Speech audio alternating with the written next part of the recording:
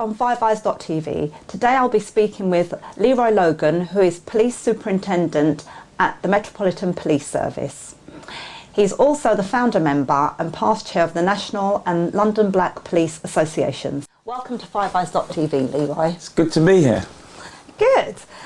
Right, the first question I'm going to ask you is, when did you join the police service? 1983. I just finished doing science research. Having left university, I science degree, went into science research at the Royal Free Hospital, and I worked there for about 3 years between 1980 and 1983, and I joined the police service in June of that year. All right.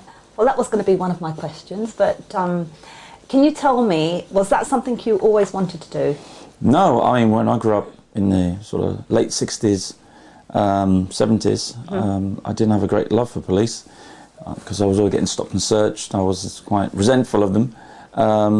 But, you know, when these callings happen, you have to think, you know, is it in my head or in my heart, or where is it? And how it came about is at the Royal Free Hospital, we used to have our leisure centre where a lot of officers from Hampstead Police Station used to use our facilities. So I started to see the human side of policing and got to talk to them, and they gave me a drive around and see what they did, and the sort of call came from there, and you know, I applied. A real challenge was when I did apply, my father, who was in his 50s at the time, was badly assaulted by police officers. They did a stop of his vehicle, and it developed into them arresting him and really giving him a right hiding. Really? But fortunately, he survived it. However, you can imagine I was very resentful. Especially I went to the Whittington Hospital and saw him there literally black and blue, and I didn't recognise him actually. He was all swollen up. And I must admit, I've never tasted, smelt, felt hate as much as I did. And I said, well, this energy has to be either diverted into something positive or negative. It can't just lay dormant. Yeah, it could have gone either way. Yeah, and despite feeling absolutely against police at that time, I still pushed through and carried with the application. And you know, I said, well, you know, even if I can stop one person from being assaulted in that way, or less resentful people who would stop and search, then I would have, you know, I'd achieved what I wanted to achieve in the police service, and I think I've done something like that. But it was my worst nightmare joining the police service. Really? There was a big cultural change. You know, I was having my own team at the Royal Free, doing something I loved, which was science, and we were doing clinical trials of certain new drugs at that time, doing a lot of invasive tests with chemotherapy patients. So, you know, it was very, very rewarding work. But, you know, when you get that calling, you respond. And it was really ironical, my boss at the time, he's a professor now, if he's still in the health business, Roy Pounder, he said, well, you know, I'll keep your job open for 6 months, just in case you don't like it. Excellent. If the culture is too much for you. But fortunately, I've hung in there almost 29 years later. So just going back to the first job you had, is that a field you always knew you wanted to get into from school? Because your degree, it's in... Applied biology. Right. Yeah, so using those sort of skills I developed at school, even though I wasn't the best student at school, but when I went to college, I really sort of applied myself, did science A-levels, and then went on to get a degree at University of East London, and then which had very good reputation for pharmacology, which talks about the clinical trials of drugs, and I was very keen on that. I actually did a post-grad, but I didn't complete it because I joined the police service. Right. And I was intended to complete that final paper, but policing just consumed me. And the first few years, I was really questioning my sanity, thinking, is this really for me? You know, leaving a nice cushy number to become, you know, a police service where the culture is not that accepting of diversity, you know, because there was overt racism with the N word, the W word, you name it. It didn't embrace people's culture, and especially I'm the sort of person not going to assimilate. I'll integrate with people, but I'm not going to absorb your norms and values. So from day dot, I was challenging, you know, what I stood for, drawing the line. You step over the line, sorry, you know, I will try and heighten your awareness and tell you where I stand on things. Perseverance, because in those days it must have been really hard going back on there was less than 50 black police officers across the Met. Now there's 10,000, and you know, black and minority ethnic, that is. And you know, it was really tough. You know, there was not a real embrace and understanding of people of you know, African Caribbean origins, and they were quite resentful of me, the fact that I had a science degree. They didn't like graduates anyway, and they thought I was on the graduate acceleration scheme. And I said, no, I'm not. I'm actually there, you know, judge me on my merits. You know, and if I decide to take promotion, take promotion. But they thought, you know, degree, black, why would you want to join the police service, you know? But I always go against the tide, you know. When everyone's going that way, I tend to go that way. You know, and I really think, you know, you've got to be part of an organisation to move it on. And I think with the aid of other colleagues through the Black Police Association, we're able to do that. Okay. Right, can you tell me a little bit about your different roles in the police service? Well, at the moment, I'm the Learning and Legacy Manager for the Olympic Police and Coordination Team. So trying to capture the learning of past games, comparable public events, you know, like the papal visit, the royal wedding, other sporting events that can inform our security arrangements for the Olympic Games. So we try and capture the learning not only in London but across the country, and to make sure it informs our security arrangements for the 2012 Games, both Olympic and Paralympic Games. Right. And what did you do before then? Oh, well, I was the Deputy Borough Commander of Hackney just before then, and I spent 3 years doing that. And before then, well, actually, as the Deputy Borough Commander, you know, I had a lot of roles with local authority, local strategic partnerships, and I found it really rewarding. In fact, it was my second tour of duty at Hackney because I was a sergeant there. But prior to Hackney, I was at Central London, Westminster, where I was the Partnership Chief Inspector and lead on diversity. I was there for about 2002, 2004. You want me to carry on? It's yeah, you've done so much. I think it all needs to come out. Well, they can Google me. No, I'm joking. No, I think like everything, you know, I've tried to be as diverse as possible. I've worked in Enfield, Hackney, Islington, where I first started as a rookie cop. And actually, it's quite amazing. A young man who used to give me such a hard time as a you know, patrolling officer. He's mixed heritage. English, Nigerian, and him and his colleague, he always used to call me names. They used to call me Judas, and I said, how do you know my middle name is Judas? And make a laugh out of it, you know, just to break the ice and have a conversation, and not respond to their hooks of me. And be negative. Yeah, and I think it threw them. Years later, as recently as last week, we finally met. Really? Yeah, and he said, you know, certain things I would try and encourage them and not respond to their negativity, really help them.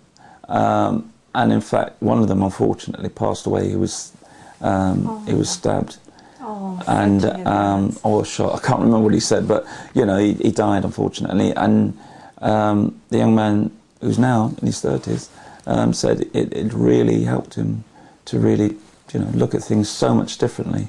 And so if that's just one person, well, this is it. you know, who made some conscious decisions, and maybe just like those words of encouragement turned it around. And he's extremely high up in national carnival events right across the country. So he will remain nameless, but he was he was one of the challenging people. You can always respond. Correct me if I'm wrong. Tweet me if you want to. Right, you are the founder, member, and the past chair of the National and London Black Police Associations. Can you tell me how that happened? Well, a lot of that happened through the Met Police recognising there was a lot of resignations of people of African Caribbean, Asian origins. And a lot of it, as I said, was around the culture and how you're not getting the same sort of opportunities as your white counterpart. You have to be twice as good to get the same recognition. You have to be hardly doing anything to be subject to discipline because there's disproportionalities around that. So obviously people are not going to stay if they're not being you know, accepted properly and dealt with appropriately. And they had a seminar for black officers down at Bristol, Polytechnic as it was then, and we all went there over 2-day seminars over a number of weeks to find out, you know, why we were leaving. But we knew on those reasons I gave. And this massive report, I helped in drawing that up, and unfortunately it was shelved. Really? Just decorated people's shelves. Gosh. However, it brought us together in a way that we started to have Bristol reunions, and that event. Well, the Bristol seminars in 1990, we have these just reunions, you know.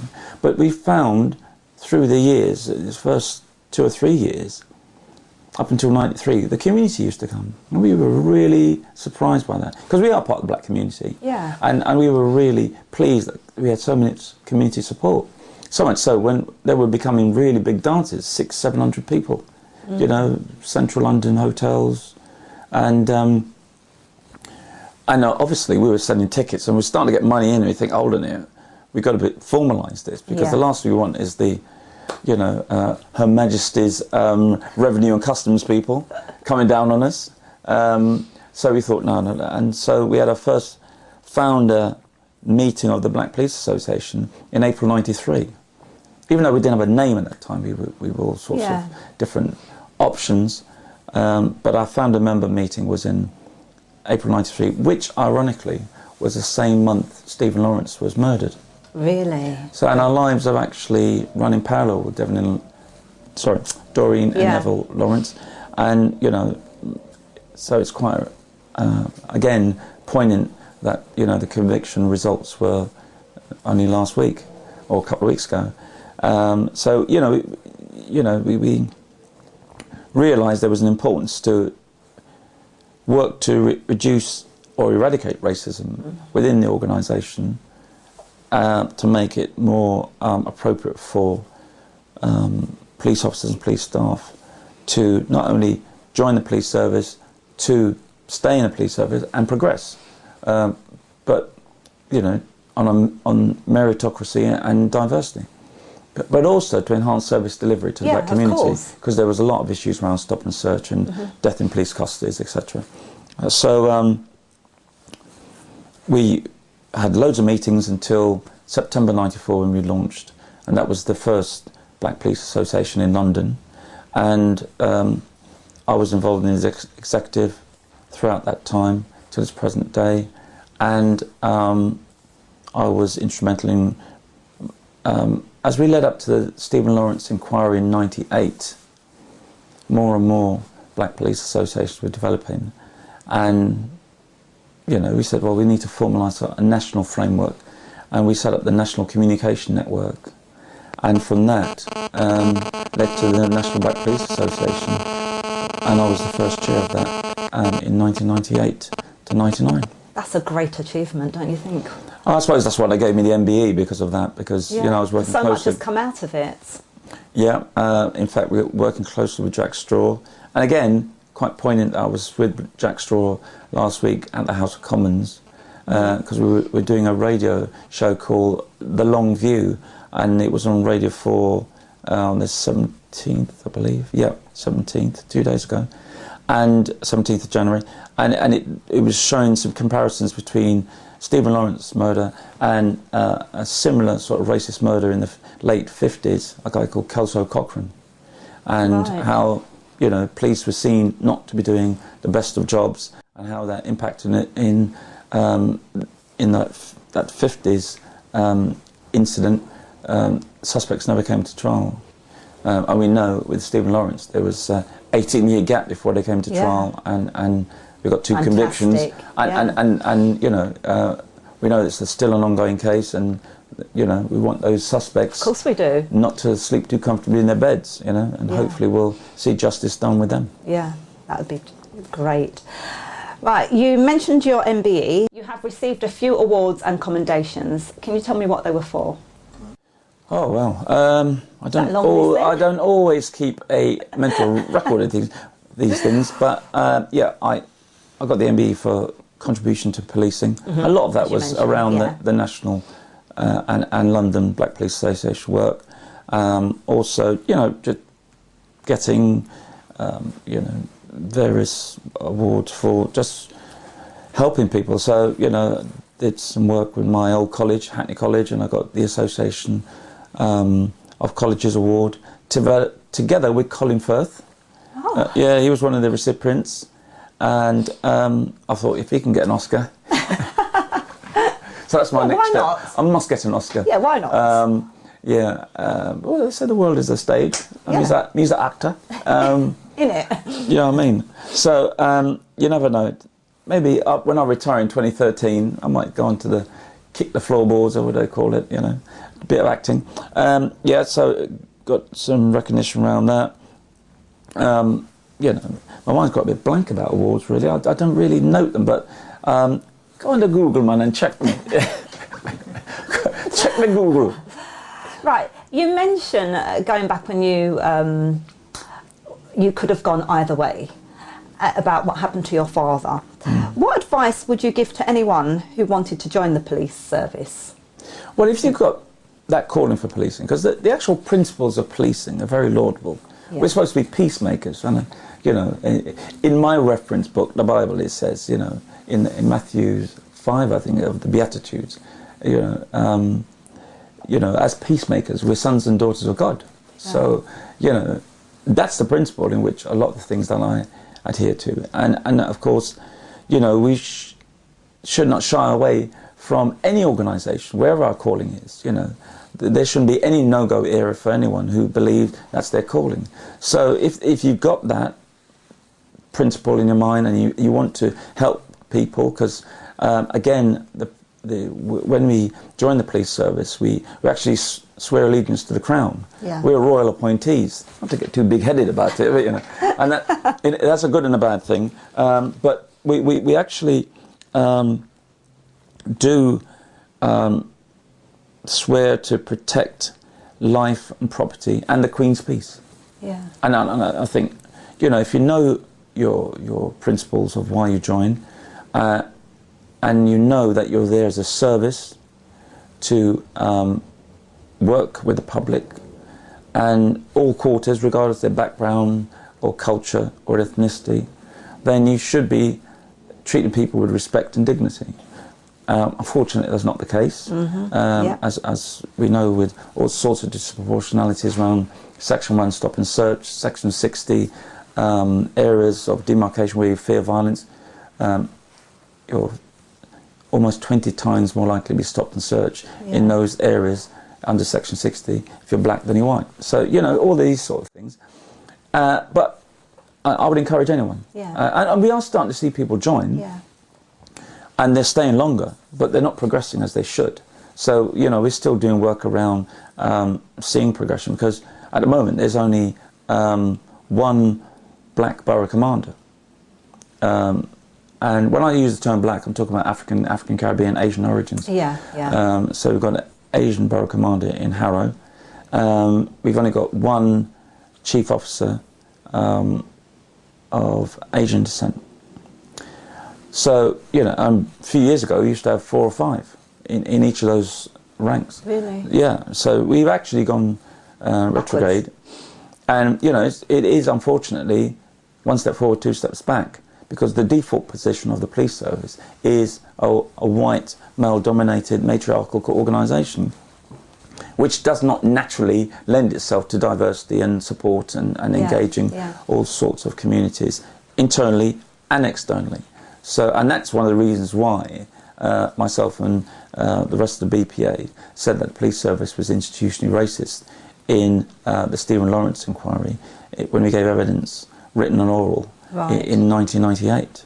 And here we are, 14 years later, really nothing much has changed. Not really. Because we were doing really well when we had the Stephen Lawrence inquiry, and Jack Straw was the first chair as Home Secretary at the time, really holding Chief Constable to account around internal diversity issues and external service delivery. Yeah. But, you know, when that group was dissolved by Jackie Smith, who was like last Home Secretary, you know, and putting in his business as usual, it goes back to the default position.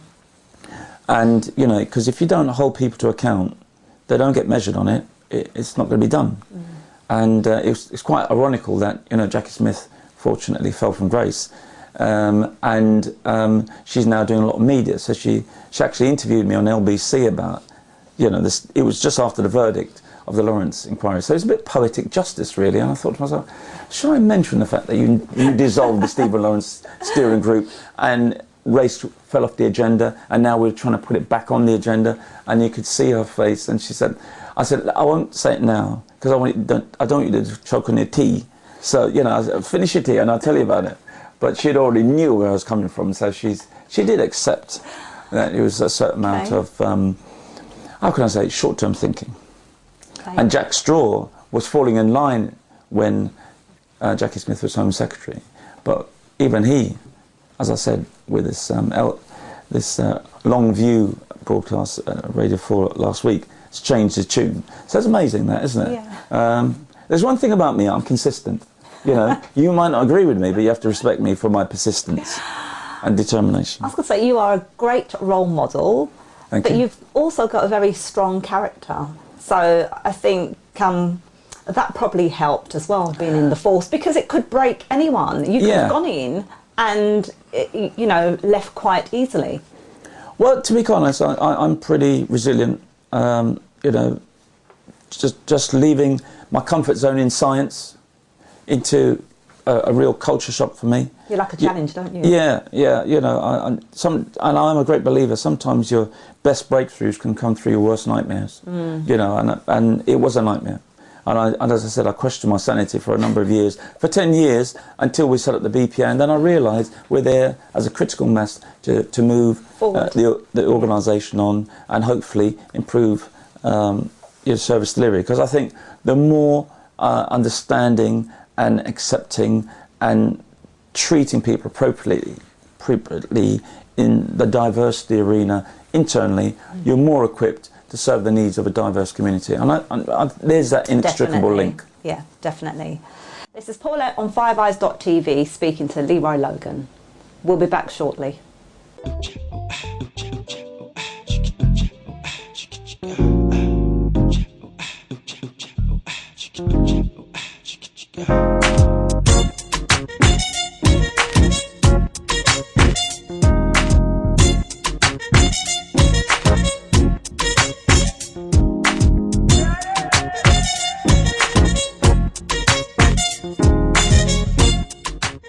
Tell me a little bit about your background.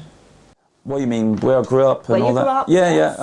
Well, I grew up in Islington, went to St Mary Magdalene School in Liverpool Road. In fact, I was born in Liverpool Road at the Royal Free Hospital. Islington? Yeah. Oh, I know where that is. Yeah, the old site of the Royal Free Hospital. That's why it's quite ironical. I then, my first full-time job after leaving uni was a research scientist in the Royal Free in the early 80s. Yeah, so I went to St Mary Magdalene School. And then I went to another primary school called Ashmount in Highgate, and then I went to Hybrid Grove School for boys in in the sort of late 80s to early 70s. Did my A-levels in Hackney College, and I suppose that's why they gave me that award, or nominated me for that national award. And then, went on to uni at the University of East London. But I think, going back to your question about character and strength of conviction, well, a lot of those principles from my parents of Jamaican heritage, who came over in the Windrush era, and of course, listen to what they went through, and I was talking about that Kelso Cochrane murder, and that white racist issue in the 50s, and that led to the first race riot in Notting Hill, Ladbroke Grove. You could, when you hear about they couldn't get a house, they had to pool money together. That's why everyone used to pull together, and the partners, your partners, and how they used to have rent parties just to help each other pay rent, and that's how it led to blueses, isn't it? Yeah. You took the words out of my mouth. Yeah, so you learn from the experience. I used to love listening to my parents, and their friends would come over, and learn from them. What I took from them was, don't give up, and you've got to work hard, you've got to graft. And no disrespect to the current generation, but they might not appreciate what hard graft is all about. Yeah. And challenging, and not to be, deferred from your focus. I think if you've got a vision, you've got to be, keeping on it despite the, certain personalities or prejudices. You can't be kicked offline. You've got to stay on that path, and and stick with it. Don't let anyone prevent you from achieving your vision. It's funny, because my next question I was going to ask you was, what advice would you give to young people? But you've sort of answered that. Well, I think it's also, recognise you're only as good as the people you're surrounded by. If there's anything I learnt around choosing your friends wisely, and especially in this day and age, through social media, through all sorts of social networks, the communication revolution we're all in, peer pressure is so massive. Sometimes it can be in excess of your parental pressure. The days when, we grew up, you were so conscious of what your parents said. In fact, that was the back of your head, that if you were going to get into any sort of, how can I say, questionable actions, you'd think, boy, I ain't going to get involved in this because what my parents say. And you wouldn't want to disgrace them or shame them or anything. If you see anyone on the street, exactly. And you didn't want anyone reporting back saying they saw their children then picnic on the street, deal with things in an inappropriate way. And I've been really fortunate that I've had some great friends from school, Lee John, Imagination, quite a few people who, still with part me of your life. And in fact, a lot of them are going to turn up at this birthday party I'm having tomorrow at Yum Yums. This ain't going out live, is it? No, good. Because it's going to be a roadblock, is it? Anyway. But, it's really great just to have those people. And they're all positive people. Some have done extremely well, not high-profile media, sports stars. Some have, got their businesses, their professions.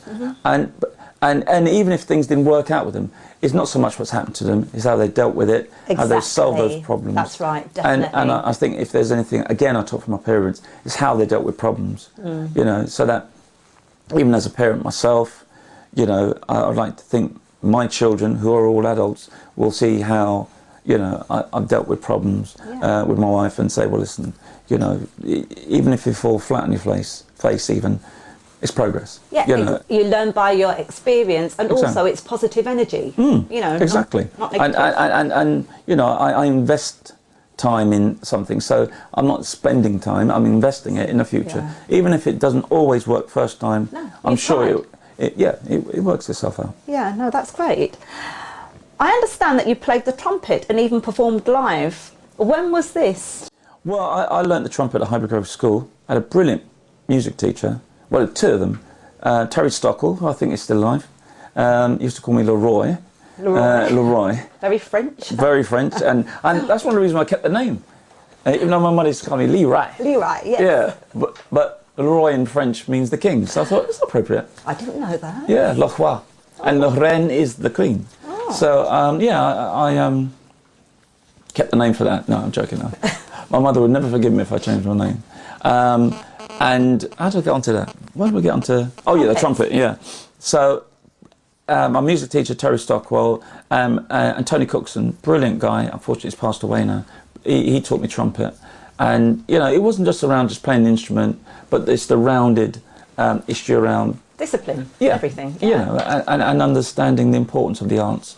And I've always had a real sort of appreciation of the arts, whether it's music, dance, whatever, acting. And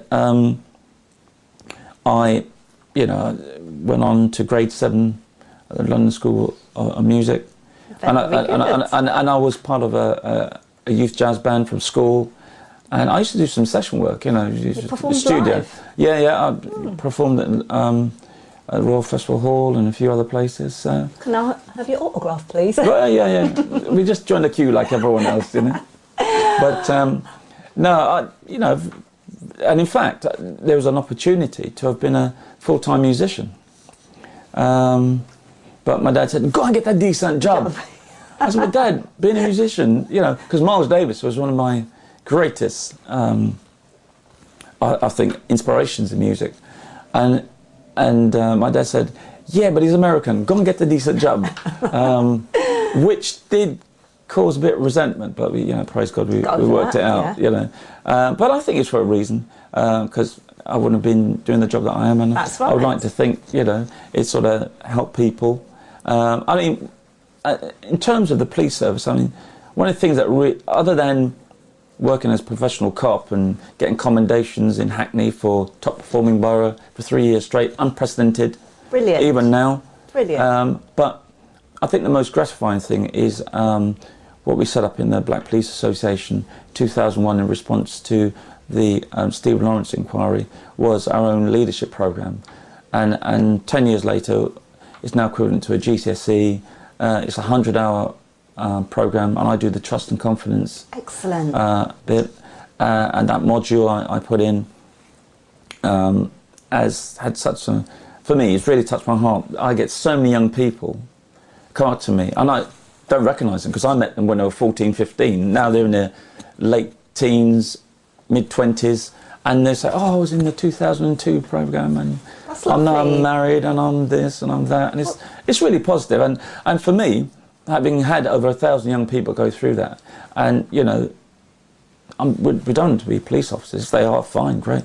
But you know, great impact on someone's life.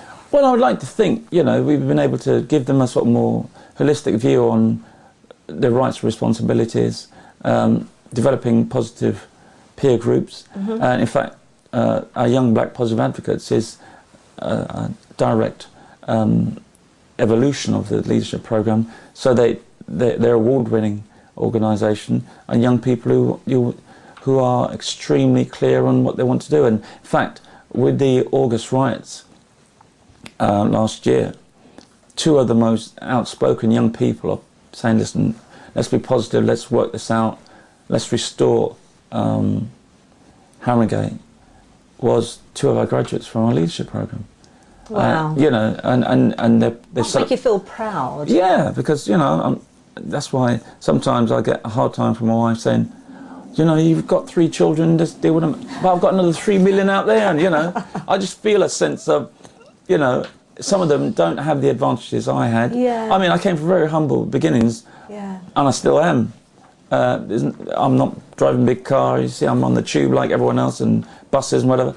But I was so blessed with the parents I had. Yeah, I was going to ask you, who inspired you? Yeah, I mean, they were direct role models, always there for my sister, myself, you know, consistent, you know, ever positive, very strong, determined people who wouldn't give up.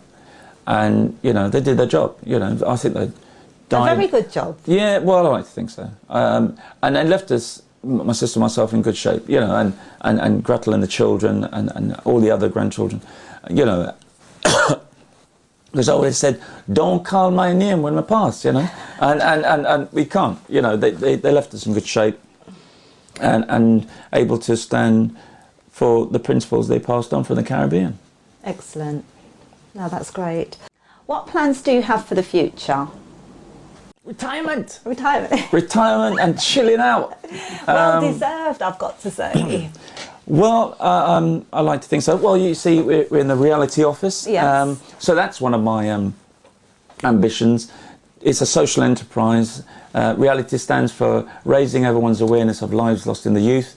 And it's not necessarily losing their lives through stabbings or shootings, but losing their sense of hope, aspirations, not achieving their true potential. So this is the office where we share it with another organisation called TAG, which is Trained Against Gangs. And we have a Wednesday drop-in programme. We also have a mentoring programme and working with local young people in the Stratford area, right next to the Olympic Park. So it works quite well with my Olympic policing team hat.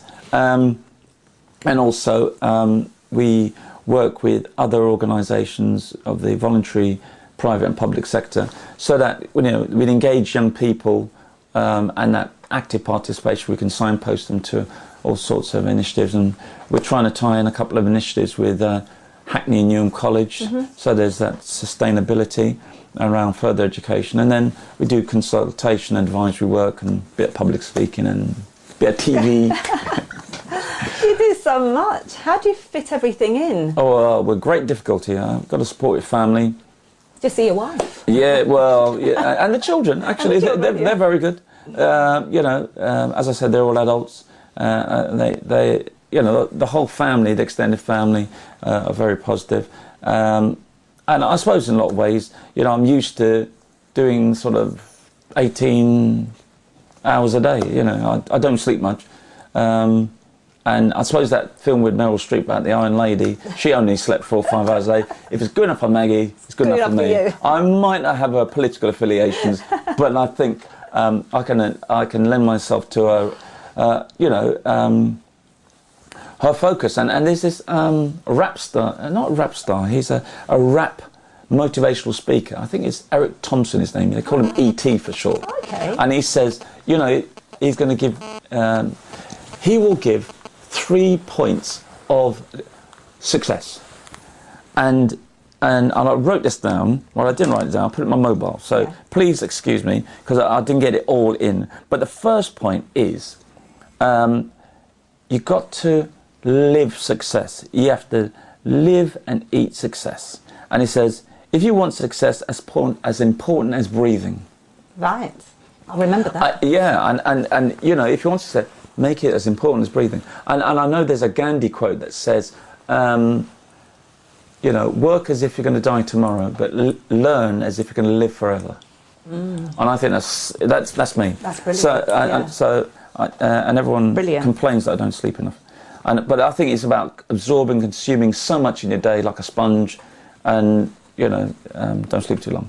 And then the second bit is about to be able to, at any given moment, to sacrifice what we are as to what we can be. Gosh. It's profound, isn't it? Yeah.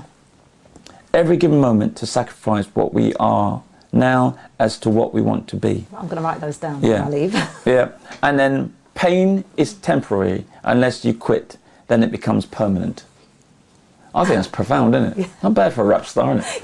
Yeah. Pain is temporary. Unless you quit, then it becomes permanent. So I had to put this down on the phone. So it's a bit of a mantra at the moment. So 3 points to success. Yeah. Yeah. I wish I could say I wrote it, but anyway. Saying that, I'm going to write my book. That's the other thing. When I retire in 2013. Good. Yeah, you need to. Yeah. Document everything. Yeah, I've got a name. I've got an outline. You're going to share the name with us? No, you don't share names. I've got a working name, which I was thinking of calling it, but I'm not going to call it now. So I can give you the working name. It was called Critical Mass. Critical Mass. Critical Mass. Okay. But that's not the title now. It's a bit more roadish. And when will that come out by?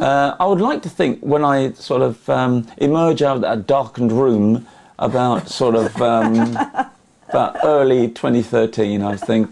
After I've written that helped write the legacy document for the Olympics, I'll go in another darkened room and come out with my own book. Excellent. Right, Leroy, how do you relax? I I think How do you unwind? I love music, listening, not so much playing as much. I like going to the gym, trying to lose some weight and try and keep that balance, you know. So, and if I can't get to the gym as much as I can, I do some workouts at home. I play a bit of golf, not very well. Oh, do you? Yeah. My handicap is the clubs themselves, so I don't do very well on that front. Why is the cameraman laughing? Is he supposed to laugh? He's supposed to keep a straight face. I like travelling, even though I hate security. Even though you think a police officer hates security, you know, maybe I'm not used to getting patted down. You know, I normally do that sometimes. No, I'm joking. But I must admit, I love. I was going to go on a cruise. You should do. Brilliant. I would love to, but that thing that almost no. Don't be put off by the Royal Caribbean. Do it.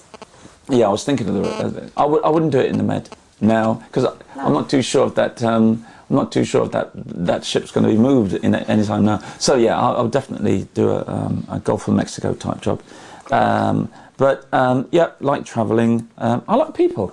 You know, I can tell. Yeah. I like to give people the benefit of the doubt, and hopefully, you know, whatever I can do to support them. You know, I've got a real problem about saying no to people. You know, if they've got a genuine, case, and I've got that connection with them, I think, oh gosh, all right, I'll put you on my list. You know, and hopefully get around to, because I hate letting people down. As I said, I had parents that never let me down. No. One day, if they couldn't afford it, they said they can't afford it. You know, and I knew that everything was focused around us. So, and I really didn't appreciate it until I joined the police service. No. And that was the other. But also, you were younger in those days, weren't you? Yeah, but you know what? When it struck me was when it was into my first police station, and I went back there, and I was arresting some of my friends from school. Gosh. But I didn't know what they were going through. You know, some of them were in care. I didn't know that. Some of them were in abused families. One guy, unfortunately, disappeared off the face of the earth. And we found out years later that he had been doing something that he shouldn't, i.e. committing crime. Oh. And he was burglaring a place, and he got caught in a chimney. Oh, God. And he wouldn't like to know what happened to him, because the chimney was on. Oh, my. I'm going to have to cut that piece out. Anyway, you know, and unfortunately, you know the things you just take for granted. You do. I've just got from parents, you know, and they would, you know, they discipline us, you know, and you know, as they say, you know, spare a rod and spoil a child. And I remember saying that I was beaten as a child. Well, I was smacked as a child. I was going to say. Yeah. Because everyone you say beat, they think did not hurt us. Yeah. To the you know, beaten to the portion of our life or whatever. But I remember saying that when I gave written and oral submission to the Home Affairs Select Committee on young people in the criminal justice system, and I said, listen, I was smacked as a child because I had to set boundaries. Of course. You know, and you have to keep that critical distance, and people should know where they stand. Yeah. And there should be some sanctions, and I think there's a cultural approach to discipline, you know. White European Eurocentric approach is totally different to an Afrocentric approach. Correct. And had front headlines, Telegraph papers saying senior cop advocates violence on children. Well, I think it's very important that there are sanctions. There are boundaries. Absolutely. It never hurt me. I'm not saying that the sanctions my parents gave me then in the 60s and 70s are the same as the sanctions now. I understand we have to move on. Yeah. Because the laws have moved on as well. But, you know, I really think that, you know, the parenting that I received, the parenting I like to think I pass on to my children, and so it goes on. And it's around consistency and having a real sense of responsibility, obligation, duty. Because I think in the converse, what it leads out to in outcomes, I would like to think is a lot more respect, a lot more obedience, and a lot more discipline. ROD, right. Respect, obligation, duty, ROD, and responsibility, obligation, duty, ROD, and then respect, obedience, and discipline by the children, ROD. Okay. The rudder connection. I can speak for England. I know you could. And I'm going to finish soon. Right, yes, we're going to finish now. Well, Leroy, thank you very much. It was a pleasure to have you share your life and your experience with FiveEyes.tv. Yeah. It was truly inspirational because, you know, you look back on all the things and you've done so much. Well, I've known you for a long how many years, and you know, and as I said, you know, it's good to see people that you've grown up with, and we interact in ways that are still positive. Yeah. You know, and I think sometimes our young people need to see that on a more consistent basis. Because I know when you were growing up, we're only worried about the National Front and police. This is it. Now they're worried more about who's possibly going to stab them because they're from a different ends, and that turf mentality. Yeah. And you know, I would like to think we can really do a lot around breaking down those barriers, and that's what reality is trying to do. Great, and with TAG and other like-minded organisations, you know, because we can't carry on the way we're carrying on. Where, you know, our young people are you know, as adversarial as they are to each other. And you know, for me, that's going to keep me gainfully employed after retirement. Breaks my heart when I see these youngsters, the way they treat each other. It's so senseless, it really is. But, you know, I think, as my parents used to say, who feels it knows it. So we feel it, we know it, we've got to do something about it. Excellent. Well, thank you very much, Leroy. You're welcome. Pleasure.